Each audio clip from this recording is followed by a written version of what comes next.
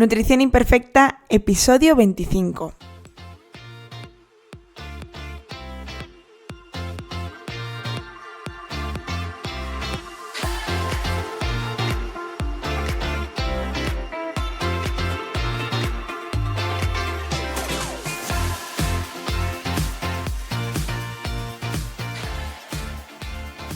Bienvenida a Nutrición Imperfecta, el podcast de Marta Mármol.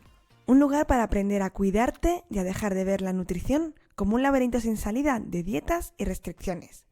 Es hora de empezar a ver la alimentación como un autocuidado y mejorar la relación que tienes con la comida.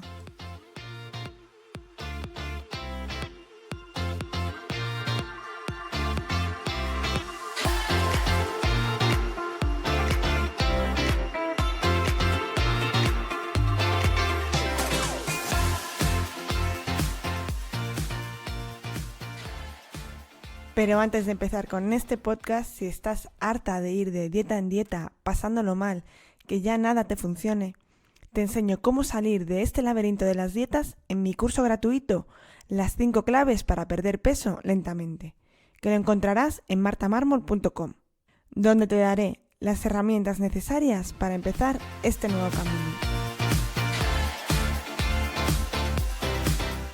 Bienvenida a un nuevo episodio de Nutrición Imperfecta. Yo soy Marta Mármol y en el episodio de hoy voy a hablarte de las grasas.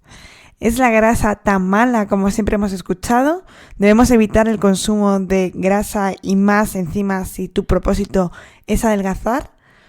¿Es el consumo de grasas el culpable de esta gran epidemia de obesidad que tenemos a día de hoy y de estos problemas de colesterol, cardiovasculares, etcétera?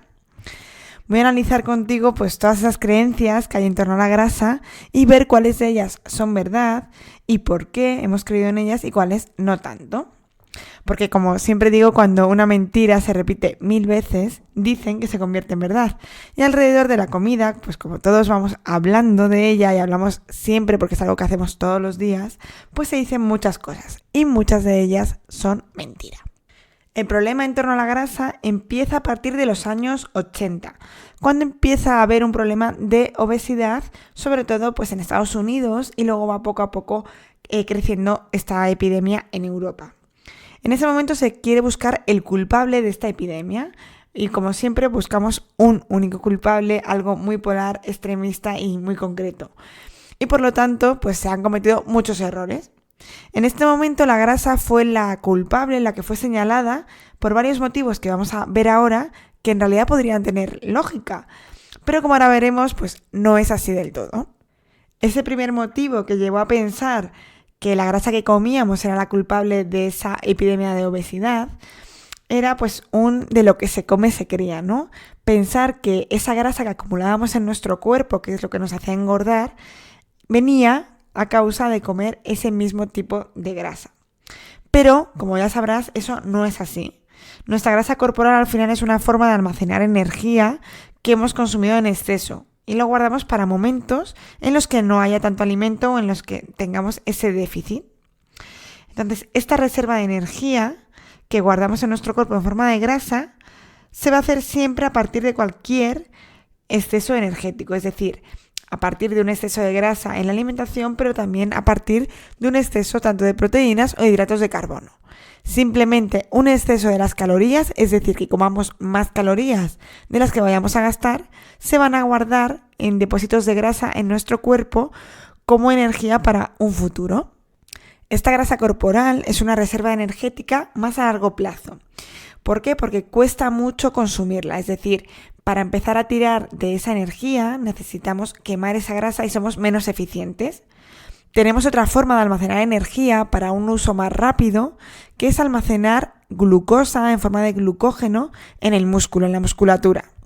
Por eso, entre otras cosas, es tan importante tener una gran masa muscular para poder almacenar esta energía en forma de glucógeno, que es de rápido uso, y no tener que almacenar la energía que consumimos en exceso en forma de grasa. Y como siempre aprovecho cualquier momento para recordarte la importancia que tiene hacer ejercicio de fuerza y no solo centrarte en el ejercicio de cardio cuando estás en un proceso de pérdida de peso. Bueno, en cualquier momento es más saludable, pero muchas veces recalco lo de la pérdida de peso porque suelen indicarnos que lo mejor para quemar grasa es hacer cardio. Y el músculo, como estás viendo, tiene una gran importancia, primero porque va a gastar más energía y segundo porque te va a permitir almacenar esta energía antes de que se almacene como grasa. El segundo motivo que nos podría llevar a pensar que el consumo de grasas es el que te hace engordar, el culpable de esta obesidad, son las kilocalorías. Mientras que los hidratos de carbono y las proteínas tienen 4 kilocalorías por gramo, las grasas tienen 9 kilocalorías por gramo. Es más del doble. Y por lo tanto, esta relación sería simplemente más calorías, más engordas, las culpables.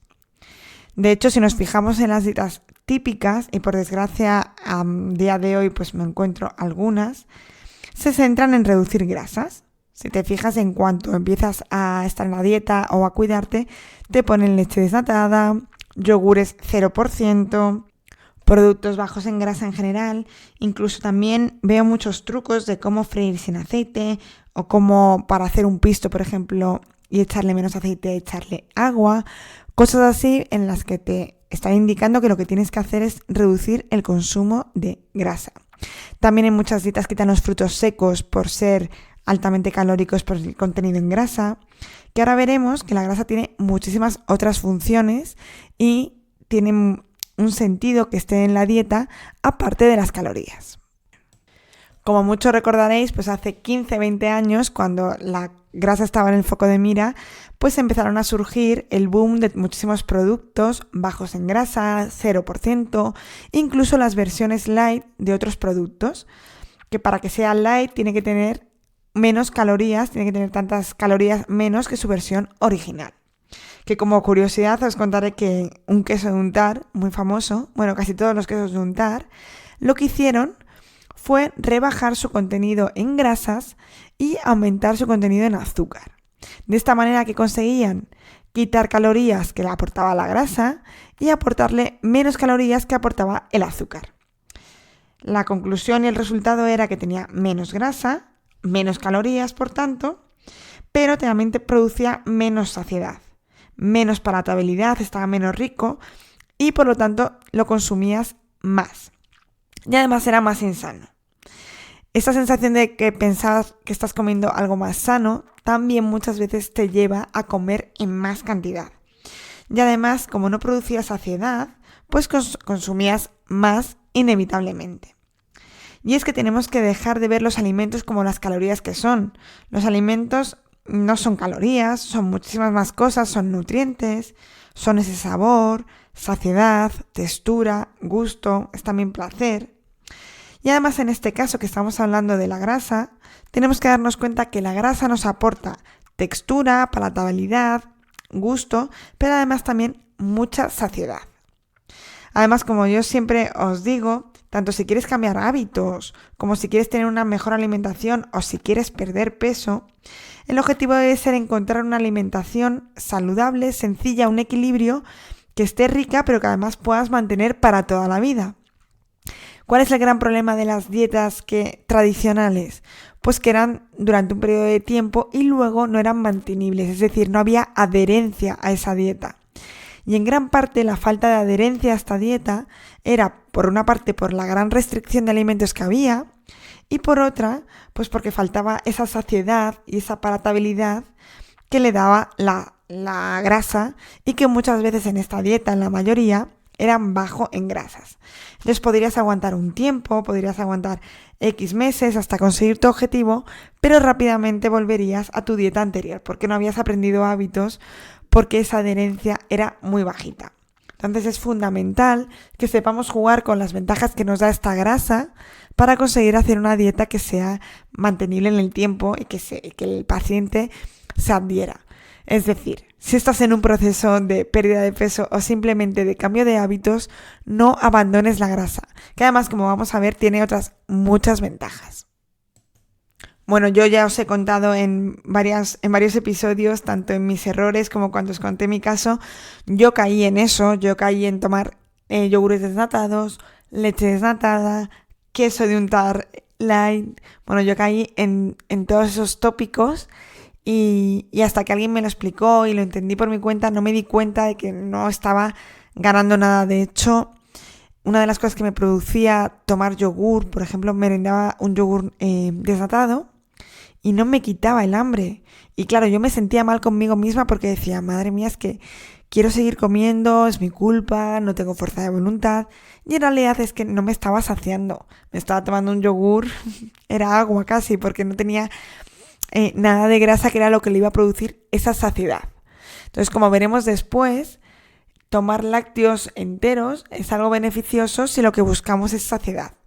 Tenemos que también saber qué buscamos. Si buscamos comer algo por comerlo, a lo mejor no buscamos esa saciedad, podemos ahorrarnos alguna caloría, pero si que buscamos nutrirnos, buscamos saciedad, un lácteo entero sería la solución. Pero Marta, ¿son todas las grasas iguales? Bueno, pues como te puedes imaginar, no. El tipo de grasa químicamente hablando las hemos dividido en saturadas, insaturadas, poliinsaturadas, pero tampoco nos va a solucionar el problema. Como siempre, volvemos a caer en el mismo error de tender a clasificar todo de manera fácil. Saturada, mala, poliinsaturada, buena. Y no siempre es así. Esto, de hecho, nos lleva a los mayores errores. Seguramente has escuchado esta clasificación, ¿no? Que si son grasas saturadas es mala y debemos evitarla. De hecho, como curiosidad es que en la tabla nutricional están obligados los productos a poner cuánta cantidad de grasas saturadas hay de las grasas totales. De esta forma, pues se supone que nos están avisando al consumidor de qué grasas saturadas, que son las malas, pues tienen el producto. Pero no siempre es así. Va a depender siempre del origen de esta grasa saturada. Las grasas saturadas son en su mayoría grasas de origen animal. Cuando estas grasas se empezaron a decir que eran tan malas, surgió el segundo boom de productos de la industria alimenticia, que fue alimentos hechos con grasas vegetales. Como por ejemplo fue la típica margarina. Seguramente has pensado muchas veces que la margarina es más saludable que la mantequilla. Al final, como los aceites vegetales son líquidos y necesitábamos imitar esa textura sólida de la mantequilla, lo que se hizo fue hidrogenar estas grasas vegetales. Y se consiguieron lo que conocemos como grasas trans, que son realmente las que debemos evitar siempre. Es decir, si te estás planteando qué es mejor, si la mantequilla o la margarina, es mucho mejor una mantequilla con grasa saturada. Es cierto que nutricionalmente pues no es tan interesante, pero bueno, si hay que elegir, yo prefiero un consumo de una mantequilla o de un ghee, que es una mantequilla clarificada, mucho mejor que una margarina. Y si encima, bueno, pues es mantequilla de soya, aquí hago un guiño, a que consumáis mantequilla de soya, pues mucho mejor. Continuando con los aceites vegetales de los que estaba hablando, muchas veces surge la duda si el aceite de oliva es vegetal. Cuando digo aceite vegetal me refiero a aceite vegetal refinado. ¿Cuáles son? Bueno, pues son los aceites de girasol, de palma, de colza, que bueno, como todos sabéis, hubo un problema sanitario en los 80 con el consumo de aceite de colza, pero porque era un aceite de colza que no estaba destinado al uso alimenticio. Y hubo un problema que ahora pues hay mucha gente que tiene síndrome tóxico a raíz de esto, fue una intoxicación alimentaria. Entonces ahora, como el colza está mal visto, suena mal, sobre todo a la gente que vivió aquella problemática, pues ahora nos lo podemos encontrar en algunos alimentos con otro nombre, que es nabina. Esto es una curiosidad simple. O sea, no quiere decir que el aceite de colza no se puede consumir, es seguro, pero no es saludable. Hay que diferenciar muchas veces la seguridad alimenticia con que sea sano y que sea beneficioso para nosotros. ¿Qué les ocurre a estos aceites? Que son muy ricos en omega 6. El omega 6 es un ácido graso que necesitamos, pero que consumimos en una alta cantidad. Y el omega 6, simplificando, porque no es tan sencillo, es proinflamatorio, es decir, te ayuda a inflamarte, mientras que el omega 3 te ayuda a desinflamarte. Ambos son necesarios, pero se tiene que consumir en un rango más o menos similar. Y con la alimentación que tenemos actualmente, muchas veces lo que ocurre es que consumimos una gran cantidad de omega 6. Y dirás, bueno, yo no consumo estos alimentos, yo no tengo una garrafa de 5 litros de aceite de colza en mi casa. Ya, pero lo consumes en todos los productos ultraprocesados que sueles comprar.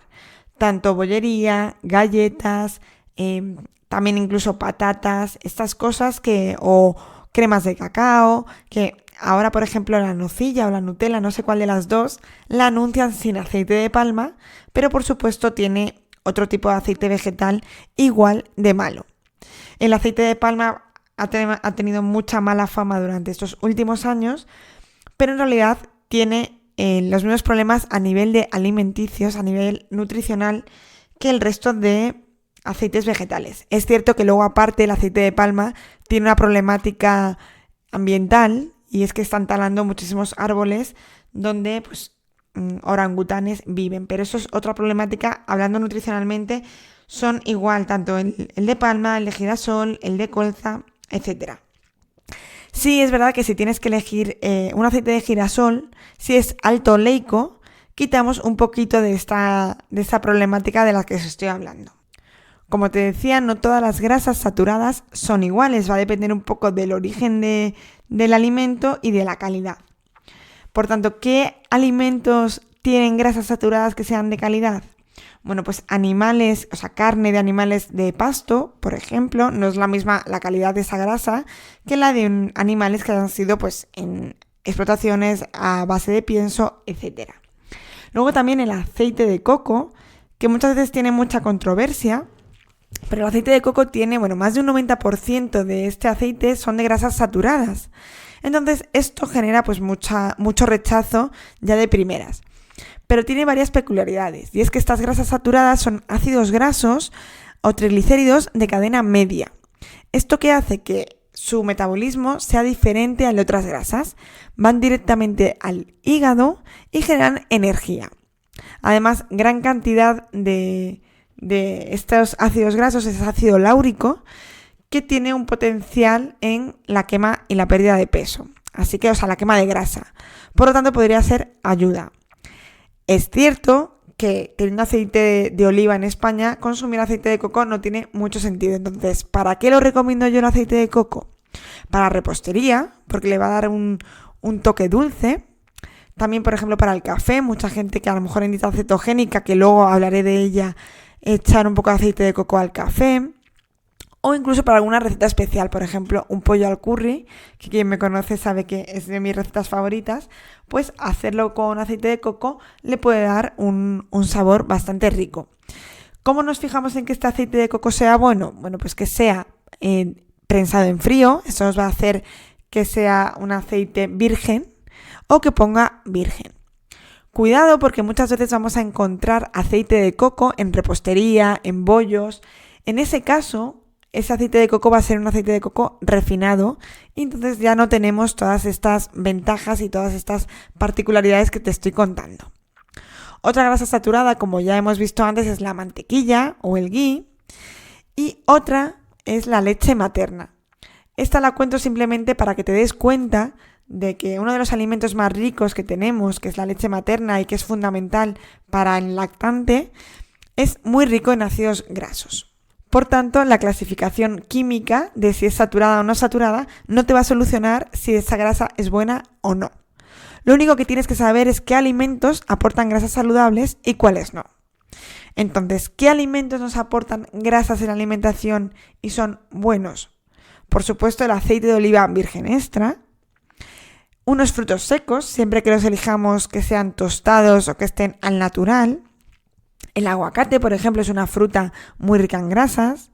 El pescado azul. Para diferenciar cuáles son pescados azules, que muchas veces es un poco lío, la cola del pescado tiene forma de flecha. Es decir, como si fuese una A o una flecha. ¿Cuáles son pescado azul? Pues la anchoa, el boquerón, la sardina, el atún, el pez espada, el salmón.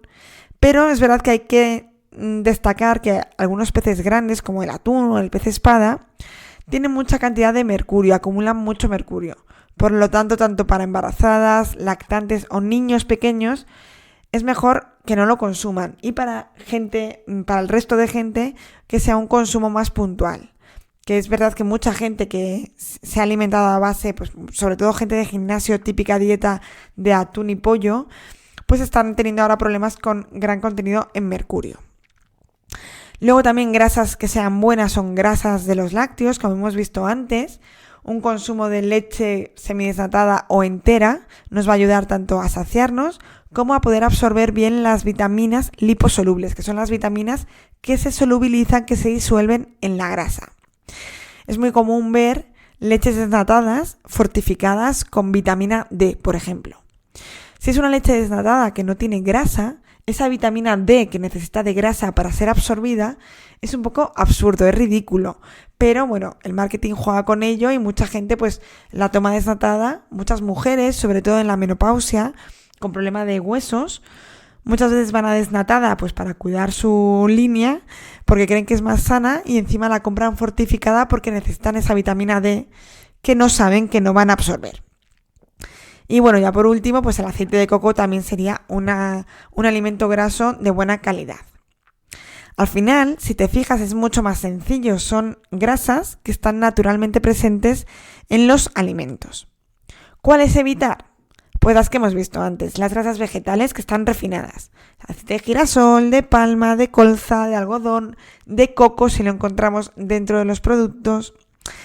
Como te decía antes, al final esto es evitar productos comprados, porque no los vas a tener en casa. A lo mejor el de girasol sí que es algo más común tener para freír, pero yo te recomiendo que la técnica de la fritura sea muy esporádica y que cuando la hagas con aceite de oliva virgen extra. Es decir, si tu plato favorito son unas patatas fritas, las puedes consumir de vez en cuando de forma puntual, siempre que utilices un aceite bueno y que sobre todo no reutilices ese aceite, porque muchas veces lo que ocurre es que calentamos, enfriamos un mismo aceite y esto pierde la calidad y le da, pues un montón de sustancias que no son beneficiosas, que es el problema que tienen pues muchísimas cadenas o muchísimos restaurantes, que lo que hacen es reutilizar mucho, además aceites de mala calidad, o por ejemplo las churrerías.